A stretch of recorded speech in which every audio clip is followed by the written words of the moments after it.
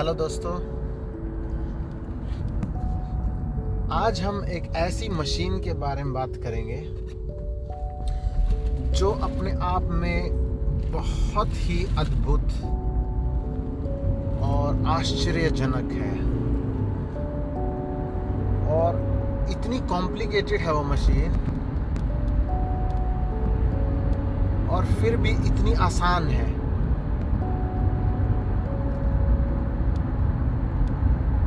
और वो मशीन हम सबको as a gift by birth मिली है। जी हाँ दोस्तों, मैं बात कर रहा हूँ ह्यूमन बॉडी की, हमारे शरीर की, जो अपने आप में इतनी अद्भुत मशीन है। और मैं इसको मशीन इसलिए कह रहा हूँ कि अगर हम इसको खोलते जाएं तो ये एक मशीन है, लेकिन एक ऐसी जीवित मशीन है जिसकी गुणवत्ता बहुत ही, जिसको बोलेंगे कि कंपेयर नहीं कर सकते उसको। लेकिन दिक्कत क्या है कि ये मशीन पहली बात तो हमें मिली है मुफ्त में, और हमने तो नहीं कुछ किया इसको अर्जित करने के लिए। हमारी माँ ने इसको 9 महीने अपने पेट में पाला, हमारा तो योगदान नहीं था उसमें कुछ। तो इसलिए हम इसको कई बार जो है ना इग्नोर कर देते हैं कि हमारे पास इतना बड़ा खजाना है और हम उसकी चिंता ना करके ना हर चीज की चिंता करते हैं। फॉर एग्जाम्पल, आपने एक नई गाड़ी ली तो आप चाहेंगे उसकी सर्विस टाइम टू टाइम हो, आप चाहेंगे उसमें तेल भी मैं अच्छी क्वालिटी का डालूं और मैं उसकी पूरी देखभाल करूं, और अगर उसमें कुछ प्रॉब्लम आती है तो मैं बेस्ट से बेस्ट मैकेनिक को दिखाऊं। लेकिन वही चीज अगर हमारे शरीर की बात करें तो हम सुबह से शाम तक इसमें कितना जंक डालते हैं, हमें उसकी परवाह नहीं। और सिर्फ मैं जो फिजिकल फूड की बात नहीं कर रहा, आहार जिसको बुद्ध ने भी कहा है सम्यक आहार। आहार से मतलब है जो भी आप देखते हैं, जो भी आप सुनते हैं, जो भी आप बोलते हैं, जो भी महसूस करते हैं, खाते हैं, पीते हैं, सूंघते हैं, जो भी क्रियाएं आप कर रहे हैं, एक तरह से वो आहार है हमारे शरीर के लिए। तो फिलहाल हम सिर्फ जो फिजिकल फूड है उसकी बात करते हैं, जो हम खाते पीते हैं उसकी बात करते हैं। तो सुबह से शाम तक इसमें हम बगैर सोचे समझे बाजार से कुछ भी लिया और बगैर इसकी चिंता किए कि ये जो मैं अभी खा रहा हूँ ये मेरी सेहत के लिए अच्छा है कि नहीं, मेरे शरीर को अच्छा लगेगा कि नहीं, बस हम किए जा रहे हैं। और इस मशीन की अद्भुतता देखिए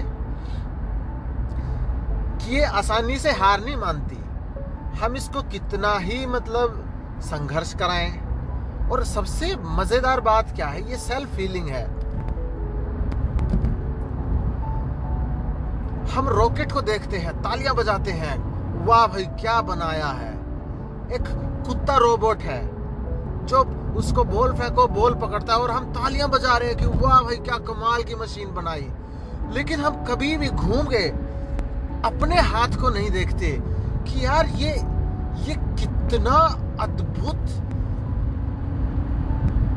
यंत्र हमारे पास है। इस यंत्र की कॉपी करने में लाखों वैज्ञानिक लगे पड़े हैं, घंटों लगे पड़े हैं, करोड़ों खर्च हो रहे हैं, और हम कभी उसकी अद्भुतता को सराहते नहीं कि यार ये कितनी कमाल की चीज है हमारे पास।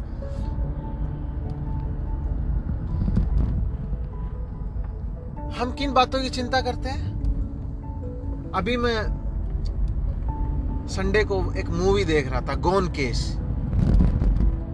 वो जो लड़की है इनाक्षी, आई थिंक उसका नाम था, उसके बाल झड़ रहे हैं और उन बालों की वजह से वो कितनी चिंता में है, उसके माँ बाप कितने चिंता में है और वहाँ लाखों चीज हो रही हैं और वो लड़की का जीना दूभर हो रखा है। बेचारी अपने आप को ढक रही है, अपने आप को बंद कर रही है। क्यों हमने समाज में ऐसा बनाया है कि मतलब बाल, लंबे बाल, खूबसूरत बाल, कविताएं लिखी पड़ी हैं, फिल्में बनी पड़ी हैं। हमने ऐसा माहौल बना दिया है कि अगर बाल नहीं है तो पता नहीं क्या नहीं है। अरे यार, बाल तो वैसे भी झड़ नहीं है, आज नहीं कल झड़ेंगे वो। सिर्फ बालों की सुंदरता से आप इस शरीर की पूरी सुंदरता को नष्ट कर देंगे। सिर्फ एक छोटा सा किसी को वो पिंपल हो जाता है तो उनकी सुंदरता खत्म हो जाती है। आपकी सुंदरता एक पिंपल पे डिपेंड है या आपकी सुंदरता एक मस्से पे डिपेंड है? लोग लगे पड़े हैं, सर्जरी करा रहे हैं, आई सर्जरी करा रहे हैं, लिप सर्जरी करा रहे हैं, ब्रेस्ट सर्जरी करा रहे हैं। अरे यार, तुम कर क्या रहे हो? एक मतलब ग्रेटिट्यूड नाम की कोई चीज है कि नहीं? मतलब जो है उसकी हमें कोई परवाह ही नहीं, जो नहीं हमें तो वो चाहिए बस मेरी ब्रेस्ट ऐसी हो जाए, बस मेरे लिप्स ऐसे हो जाए दीपिका पादुकोण जैसे। अरे वो खुद लगे पड़े हैं उन्हीं कामों को करा के। और अगर आपको एक सबसे पता नहीं यार, ये मेकअप इंडस्ट्री इतना मल्टी बिलियन इंडस्ट्री बन गई है सिर्फ किस वजह से कि हम अपनी सुंदरता देख ही नहीं पाते। हम अपने आप को ढके पड़े हैं, लीपे पड़े हैं अपने पाउडरों से, अपनी लिपस्टिक से लीप रहे हैं अपने आप को। मतलब हम सुंदरता की डेफिनेशन ही भूल गए हैं। सुंदरता मतलब दीपिका पादुकोण, सुंदरता मतलब कैटरीना कैफ। अरे कपड़े हटाओ, सबके पास वही है। कुछ और है क्या? कुछ बड़ा रहस्य है क्या? और जिस सुंदरता की हम बात करते हैं, यार गोरा सुंदर है, काला भद्र है। अरे यार, ये सोसाइटी है कि पागल खाना है? आप डार्क कलर को गंदा कैसे बता सकते हैं? उल्टा, अगर आपको थोड़ा सा भाई यूवी रेडिएशन का आइडिया है तो जो डार्क स्किन है वो आपके लिए बेनिफिशियल है। उसमें कुछ ऐसा केमिकल है जो आपको सूर्य की किरणों से बचाते हैं। मैं ऑस्ट्रेलिया में हूं, यहाँ यूवी की प्रॉब्लम है, लेकिन मैं कभी अपने आप को मतलब सनस्क्रीन लगाने की जरूरत ही नहीं पड़ी। क्यों? मेरी स्किन में नेचुरली वो चीज है जो मेरे को यूवी रेडिएशन से बचाती है।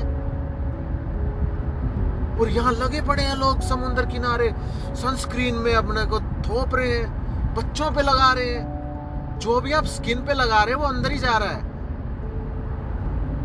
और ये मेरे को बताने की जरूरत नहीं कि उनमें क्या क्या केमिकल्स होते हैं। और यकीन ना हो तो एक बार YouTube पे जाएं, इंटरनेट पे जाएं, सनस्क्रीन स्कैम करके रिसर्च करें और अपना डिसीजन बनाएं। मैं नहीं बोलता कि भाई सनस्क्रीन अच्छा है कि बुरा है, मैं अपना व्यू बता रहा हूं कि यार मेरी स्किन नेचुरली इतनी है। क्यों? क्योंकि मैं ऐसे माहौल में पला बढ़ा हूं, ऐसी माहौल में मैं पैदा हुआ हूं जहां सर्दी और गर्मी दोनों एक्सट्रीम पड़ती हैं। तो मेरी बॉडी ने नेचुरली वो चीज है।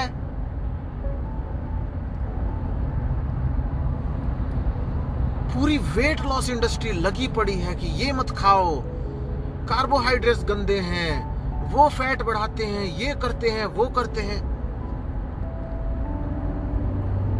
हमने फैट को एक ऐसा दुश्मन प्रोजेक्ट कर दिया है कि उससे बड़ा कोई दुश्मन नहीं। पूरी फैट लॉस इंडस्ट्री फैट पे लगी पड़ी है। अरे फैट फैट फैट फैट। अरे ये तो समझ लो कि फैट में भी बहुत टाइप्स हैं। एक अच्छा फैट होता है जो हमारे शरीर की जरूरत है, जो हमारे ऑर्गन्स को बचाता है, शॉक प्रिवेंशन करता है। अगर आप गिर जाते हैं तो आपके ऑर्गन्स, आपके लीवर, आपकी किडनी, उनके बीच में एक गद्दा है वो। नहीं, हमें तो श्रेडिड बॉडी चाहिए। अरे श्रेडिड बॉडी, जो हमारे पेट पे जो फैट है, सिक्स पैक एब्स की बात करते हैं, जो मार्केटिंग ने ऐसा हवा बना रखा है कि सिक्स पैक एब नहीं है तो आप स्मार्ट नहीं हो, तो आप हैंडसम नहीं हो। अरे सिक्स पैक एब है क्या? सबके पास है वो एब्स, बस वो दिख नहीं रही। वो एक फैट लेयर है आपके टमी की। नहीं, मैं बियर बैली की बात नहीं कर रहा, वो डेंजरस है।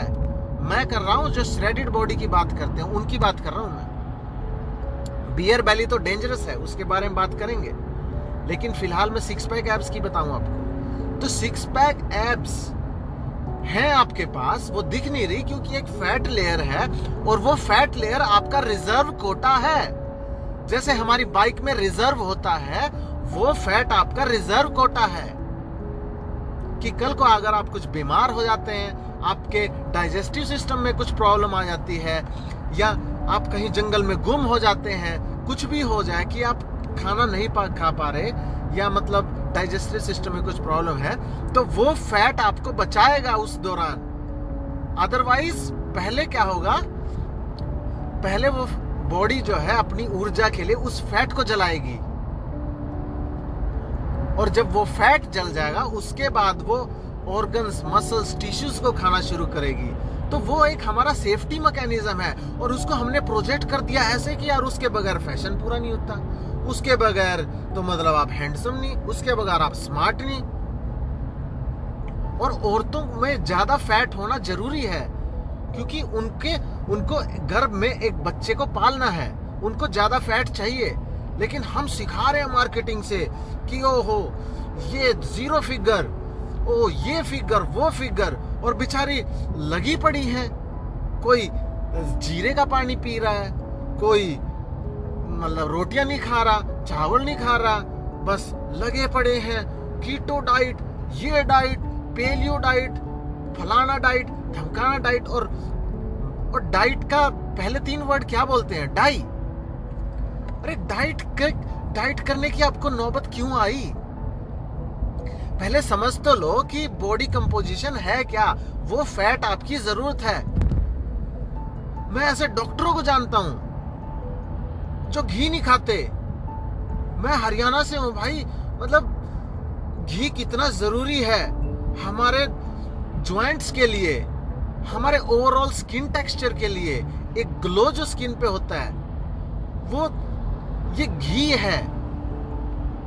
और लोग, डॉक्टर घी छोड़ के सूखी रोटियां खा रहे हैं, और ये और वो फलाना धमाका। अरे गजब है यार। क्यों? क्योंकि डॉक्टरी में भी तो वही पढ़ाएंगे यार। कौन डॉक्टरी की किताबें किसने लिखी हैं? वो कोर्स कौन डिसाइड करता है? फार्मा कंपनियां ही तो स्पॉन्सर करती है सारी रिसर्च। अरे फार्मा कंपनी तो चाहती है यार कि मतलब आप उनकी मेडिसिन पे डिपेंड हो जाओ, सारी उम्र आते रहो। कौन ये बीपी, एचपी और पता नहीं डायबिटीज और ये वो, ये सब दवाइयां क्या है? ये आपको एडिक्ट बनाती हैं अपना। एक बात बताइए मेरे को, ये शरीर जो मिलियंस, करोड़ों साल की मेहनत के बाद आज जिस स्टेज पे है, उसको आप मतलब उसकी इंटेलिजेंस पे आप डाउट करते हैं उन दवाइयों के साथ जो 2 साल में बन के तैयार होगी। आपने मतलब अपने बॉडी की जो इंटेलिजेंस थी, और आप ये किसी भी डॉक्टर से पूछ लीजिए कि डॉक्टर हील करता है क्या? डॉक्टर सिर्फ पट्टी लगाता है, हीलिंग आपकी बॉडी खुद करती है। ये आप किसी भी डॉक्टर से पूछ लीजिए, जो दवाई वो लगाते हैं वो सिर्फ बैक्टीरिया को दूर करने के लिए है। हीलिंग आपकी बॉडी खुद करती है। तो आप अपनी इतनी इंटेलिजेंट जो बॉडी है, जिसमें इवोल्यूशन हुआ है, ये आज का शरीर नहीं है, ये मिलियंस ऑफ ईयर्स का इवोल्यूशन का रिजल्ट है। दवाइयों ने हमें कमजोर जरूर किया है, लेकिन इसकी इंटेलिजेंस को आप कम मत नापिए। इसमें वो सारे गतिरोधक शक्तियां हैं, अगर आपने इसको ज्यादा छेड़छाड़ नहीं की है।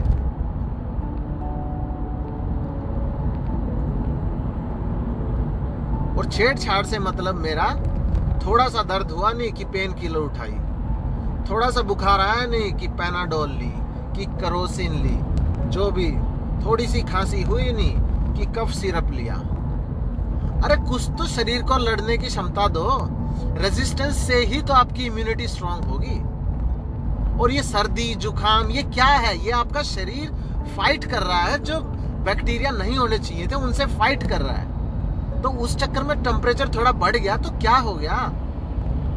और मैं नकार नहीं रहा, देखो ट्रेडिशनल मेडिसिन, वेस्टर्न मेडिसिन, जो भी आपके मेडिसिन है आप लीजिए, लेकिन कहीं बैक ऑफ द माइंड ये जरूर ध्यान रखिए कि ये जो छोटी छोटी चीजें होती है ना, और हम उस पे तुरंत दवाई खा लेते हैं।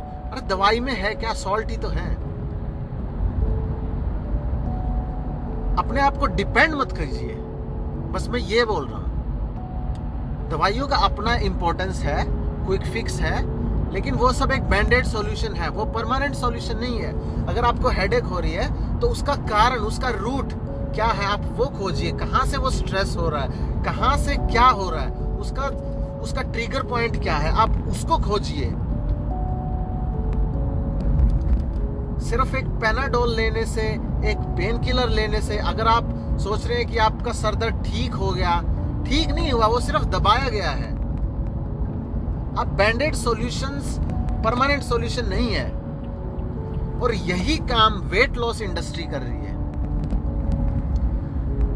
आपके फैट को दुश्मन बना के, आपके फैट को रिड्यूस करके, वही सब को तो कर रहे हैं। सप्लीमेंट हुए, आप प्रोजेक्ट क्या कर रहे हैं कि ये आपका दुश्मन है, हम इसको खत्म कर देते हैं, हम इसकी लिपोसक्शन कर देते हैं, हम इसकी टमी टक कर देते हैं।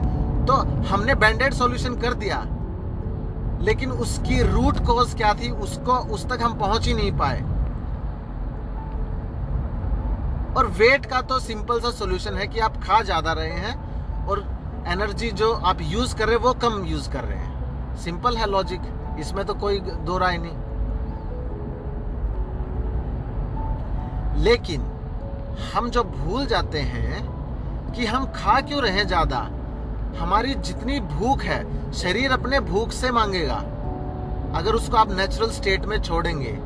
ये नहीं कि एक घड़ी से जब आप चलना शुरू कर देते हैं तो आप नेचुरल स्टेट से दूर हो जाते हैं। अब घड़ी में 1 बजा नहीं कि आपको भूख लगी, वो नेचुरल स्टेट नहीं है, वो आपकी आर्टिफिशियल बनाई हुई स्टेट है कि भाई लंच ब्रेक हो गया, भूख लग गई ना। ऐसा नहीं है। जैसे आप जानवरों में देखें, जब वो बीमार होते हैं तो वो खाना पीना बंद कर देते हैं, और वो बहुत अच्छी बात है। क्यों? जब शरीर बीमार है, ऑलरेडी बैक्टीरिया के साथ फाइट चल रही है, आपकी इम्यूनिटी अपने आप को बचाने की कोशिश कर रही है, उस टाइम आप कुछ अंदर डालते हैं फूड, और कुछ हैवी फूड अगर डालते हैं तो वो तो और डेंजरस है। तो आपकी जो ऊर्जा जो जहां फाइट करने में लग रही थी, वो डिवाइड हो जाएगी, और डाइजेशन का काम भी उसको करना पड़ेगा। समझ रहे हैं? तो आप उसकी रिकवरी में बाधा डाल रहे हैं खाना खा के ऐसे टाइम पे। तो जानवरों में वो नेचुरल इंस्टिंक्ट है, और हमारे अंदर भी है। अगर हम नेचर के क्लोज रहें, बच्चों में है वो चीज।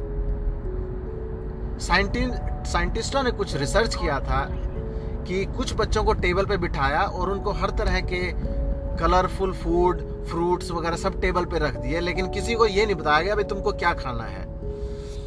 और आप हैरान होंगे जान के कि बच्चों ने वही फ्रूट पिक किए, वही फूड पिक किया जिसकी उनके शरीर में कमी थी। फॉर एग्जाम्पल, किसी ने पर्पल फ्रूट चूज किया और पता चला उसमें एंटीऑक्सीडेंट की कमी थी। तो हमारे अंदर है वो नेचुरल इंस्टिंक्ट, बस हम उसको भूल चुके हैं। और हम भूले कैसे? 1 बज गया, लंच टाइम हो गया, भूख लगी है, चलो खाना खाओ। कुछ दिन हमने जबरदस्ती खाया, फिर वो आदत बन गई, और हम आदतों के गुलाम हो जाते हैं। तो जब तक मैं नहीं बोलता कि सुबह 5 बजे उठो, 7 बजे उठो और ब्रेकफास्ट इस टाइम करो, ये इंटरमिटेंट फास्टिंग का आजकल बहुत बज़वर्ड चल रहा है ना। इंटरमिटेंट फास्टिंग है क्या? जब आपको भूख लगे जब आप खाओ। अरे अपने आप को सताना नहीं है। और ये सारी चीजें है ना, हम भूल जाते हैं। अरे इस महागुरु ने ये बात बोल दी, इंटरमिटेंट फास्टिंग ऐसा है वैसा है, जादू कर देगा। अरे नहीं यार, नेचर के साथ रहो ना। जब आपको भूख लगी जब आप खाना खाओ, जितनी भूख लगी उतना खाना खाओ। क्यों तुम ओवर खाते हो? क्यों तुम अंडर खाते हो? जब जब हम अपने नेचर के अकॉर्डिंग रहेंगे तो ना हम ज्यादा खाएंगे, और नहीं ज्यादा खाएंगे तो ना हमारे ज्यादा एनर्जी कंज्यूम करी कि हमें ज्यादा जलाने की जरूरत पड़े।